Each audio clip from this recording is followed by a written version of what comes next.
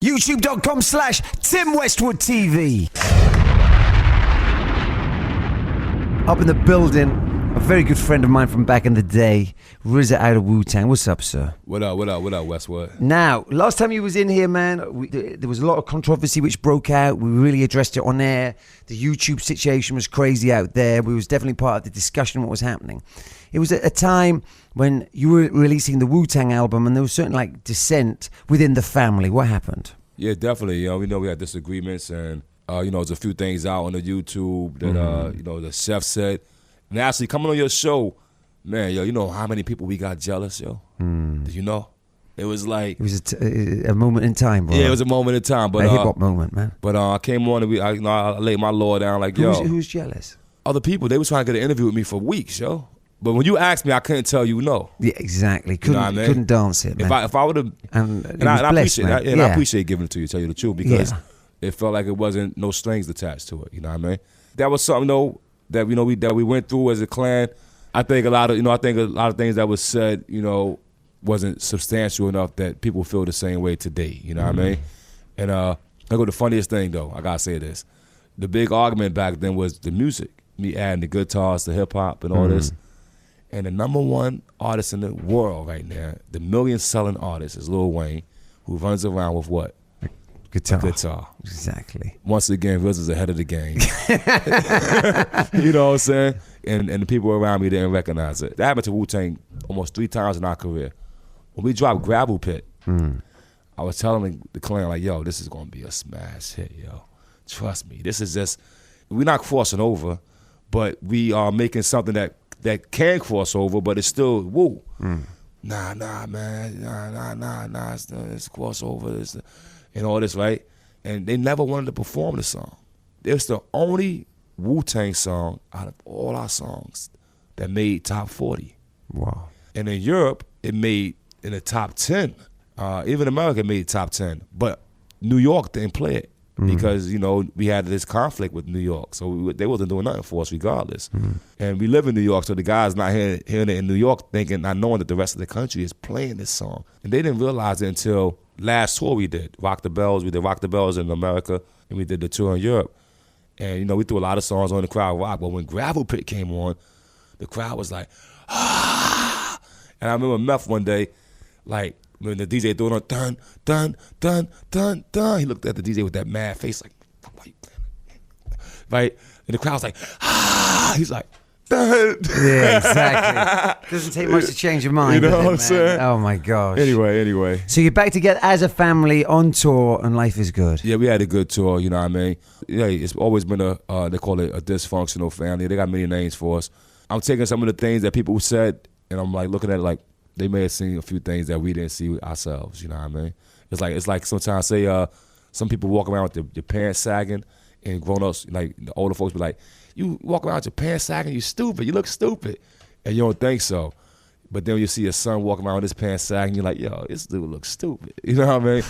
so life is like that, yo. Yeah. Sometimes you gotta live to learn, you know what I mean? And also learn to live. Whoosh. Anyway. You talk about Wu being a dysfunctional family. How do you cope with that yourself? Well, is it frustrating? Does it drive you crazy? Doing the 8 diagram and all that, it felt like the situation I had at home, my ex-wife. No matter what I do, she tried to make it seem like I wasn't as cool as I am. You know what I mean? She just tried to make it seem like that I'm losing my cool. And I know I'm not losing my cool because you can't lose it when you got it. You know what I'm saying? So I had to divorce her. You know what I'm saying? On the real, we had to go separate ways because, and that's how I felt, after 8 diagram, I felt like I have to divorce my attachment. And instead of being the president, I'd rather be a client. You know what I mean? And that's how I've been operating with Wu-Tang Clan since you last saw me. It's like I don't try to put the roadmap ahead. If there's a map out there and the flag go up and y'all need me to come and help pull a rope, I'll come pull that rope. Other than that, I'm over here doing what I gotta do so that we had age of our life, levels of life, and experience in life that, if you ain't feeling free and you ain't having a good time, you are wasting your time. And I don't have time to waste, yo. I got a Wu-Tang member that's in the grave that can never come back and have a good time with me. You know what I mean? And that's something that's promised to all of us is the grave, you know what I mean? And it's like, yo, I'm not sitting here never feeling unhappy for something like hip hop, which I started doing first in my life for fun. I did this stuff for fun. I didn't do this, for fun to stay out of trouble, you know what I mean? And now we took it so serious, because Wu-Tang is a serious group. And I'm a serious man, don't get me twisted. But how can I forget about the fun of hip hop? Just the joy of just scratching the beat and throwing it on or hearing something new, you know what I mean? And I had to go back and do a new album by myself where nobody can say do this, no rules, nobody can tell me what to do. I have to express my musical freedom. And I did. I went and made the album called Digi Snacks, you know what I mean? And I'm free. And that's what it's all about at this degree. Sometimes it takes the next man to tell you for you to hear it. Like my dad used to say stuff to me, and it was only when Flex started saying the same stuff, and I told my dad that, he said, yo, that's what I've been saying to you for years. Exactly.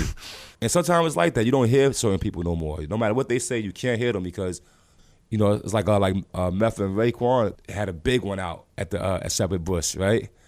Because it was a little problem with the promoter. The promoter had the money messed up, and we was like, yo, should we do the show or not? You know how we are. We got fans out there. We ain't getting the money, we gonna still do the show. And we did the show without getting the money, yo. And I want your fans to know that. We got jerked on that second show. They didn't pay us all our money.